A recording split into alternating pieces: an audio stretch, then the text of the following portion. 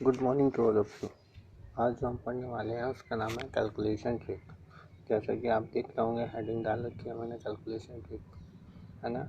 इस टॉपिक को शुरू करने से पहले मैं आपसे कहना चाहूँगा कि इस वीडियो को काफ़ी ज़्यादा लाइक करें, शेयर करें, ताकि और लोगों तक पहुँच सके और लोग इसका फ़ायदा उठा सकें। देखिए, ट्रिक्स तो कई सारी पहले से भी यूट्यूब में पड़ी हुई है, लेकिन मुझ कुछ सिलेक्टेड ट्रिक्स आपको सिखाना है और कुछ आपकी सोच को बढ़ाना है, ताकि आपको ट्रिक्स की ज़रूरत ना पड़े। आप खुद ही इतने एक्सपर्ट्स हो जाएं कि दिमाग में अपने आप ही कैलकुलेशन होने लगे। चलिए, मैथ्स को पढ़ने से पहले हमारे पास 4 चीज़ें आना बहुत ज़रूरी है।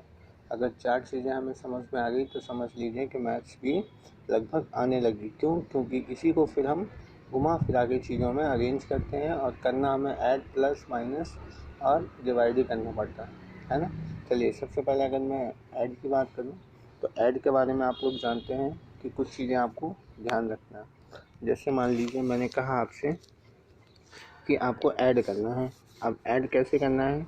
जैसे मान लीजिए मैंने आपसे कह दिया कि 200 है, 300 है, 120 है एंड 124 है ना, और 126 है। इतनी सारी चीज़ों को आपको ऐड करना है। अब एक चीज़ बताइए, आप कैसे करेंगे? फिर अलग से 200 लिखेंगे, 300 लिखेंगे, 123, फिर वही अपना ट्रेडिशनल पैटर्न को फॉलो करेंगे। लेकिन अब आपको ऐसा नहीं करना।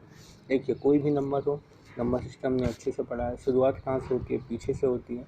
वंस, टेंस और 100, ये हम हिंदी में बोलें तो इकाई, दहाई और सैकड़ा, ये चीज़ हम जानते हैं।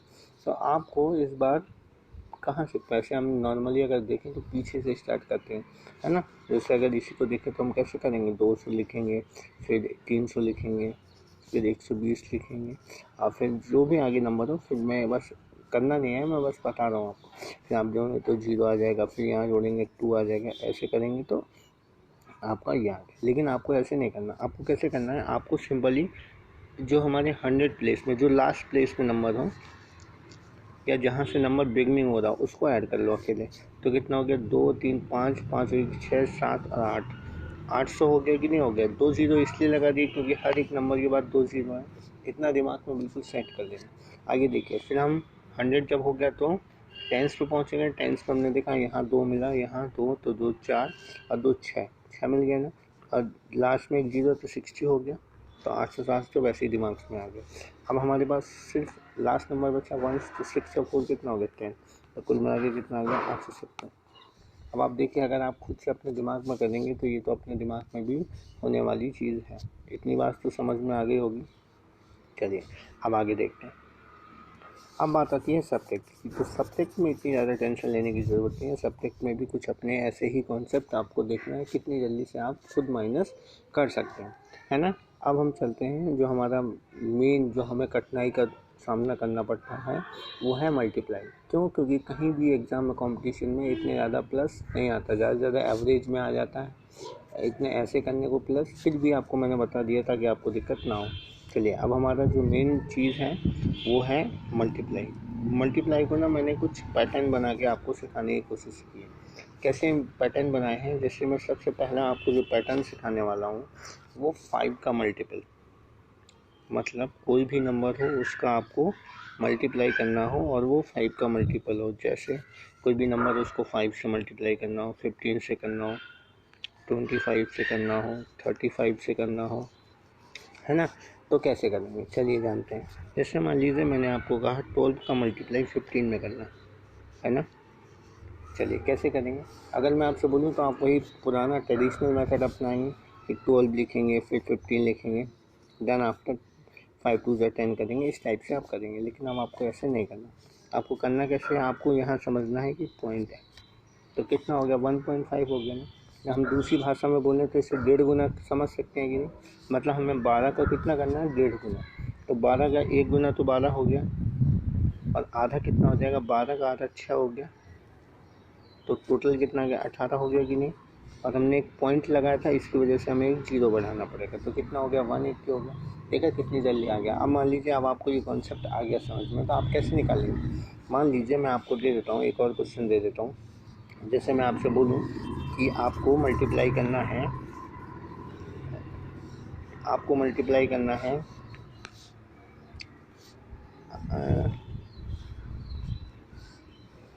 एक सेकंड, आपको मल्टीप्लाई करना है, जैसे मैंने बोला कि 24 का मल्टीप्लाई 25 में करना है, तो आप तुरंत अपने दिमाग में अंदाज़ा लगा लेंगे कि ये 2.5 गुना हो गया, तो 24 का 2 गुना 48 हो गया, और आधा कितना हो गया, 12 हो गया, तो कितना हो गया, 60 हो गया, और एक पॉइंट लगाया तो 0, 600 आ गया होगा समझ में।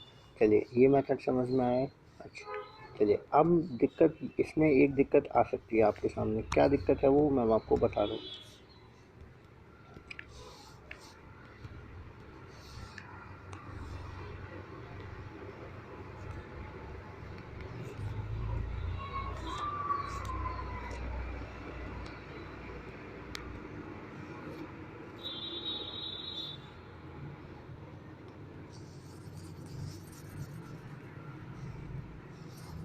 चलिए दिक्कत क्या आ सकती है आपको, जैसे मान लीजिए मैंने आपसे बोला कि आप 23 का मल्टीप्लाई करिए 25 के साथ, तो काम तो वही करना है, लेकिन इसमें एक समस्या ये है कि जैसे हमने 25 किया तो हमने समझ लिया कि पॉइंट आ गया, तो 2.5 गुना करना है, तो 23 का 2 गुना तो 46 होगा, कोई डाउट नहीं होगा। अच्छा जब आधा करेंगे तो हमारे पास ना एक पॉइंट आ जाएगा, जैसे कि 11.5 आ जाएगा कि नहीं आ जाएगा, आ जाएगा, कोई दिक्कत नहीं, इसको सिंपली ऐड कर लीजिए 0.75।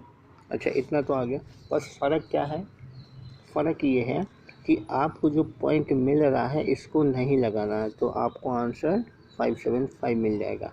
अब पहले क्या करते थे, हम एक जीरो अपने मन से बढ़ाते थे, लेकिन अब इसमें जीरो नहीं बढ़ाना, ये हमारा डायरेक्ट आंसर आ गया। ठीक है चलिए, अब एक और क्वेश्चन करते हैं।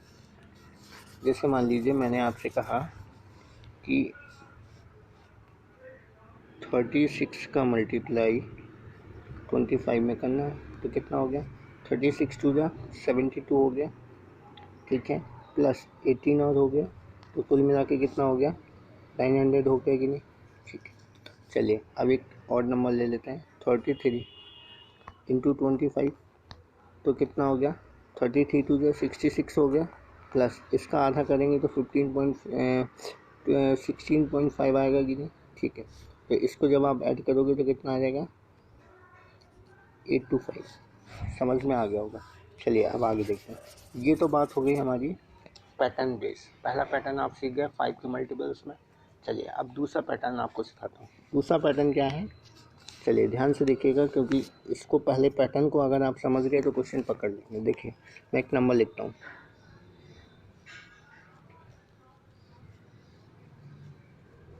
चलिए इस पैटर्न को समझते हैं।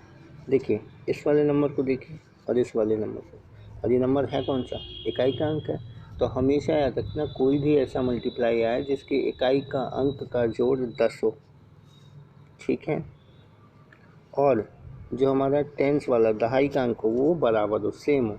तब कैसे करना है, आपको सिंपली क्या करना है, इसका और इसका मल्टीप्लाई कर देना है ना, तो कितना आएगा, 24 आएगा कि नहीं।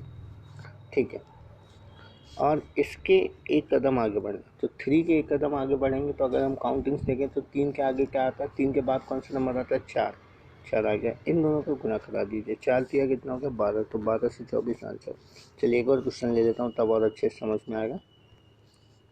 देखिए जैसे हमारे पास क्वेश्चन है, मैंने आपसे बोला कि आपको 43 इंटू 47 करना है। सबसे पहले आप क्या चेक करेंगे, इसका और इसका सम, तो 10 है, बिल्कुल सही है, ये नंबर सेम है, ठीक है, हमारी ट्रिक पैटर्न अप्लाई हो जाएगा।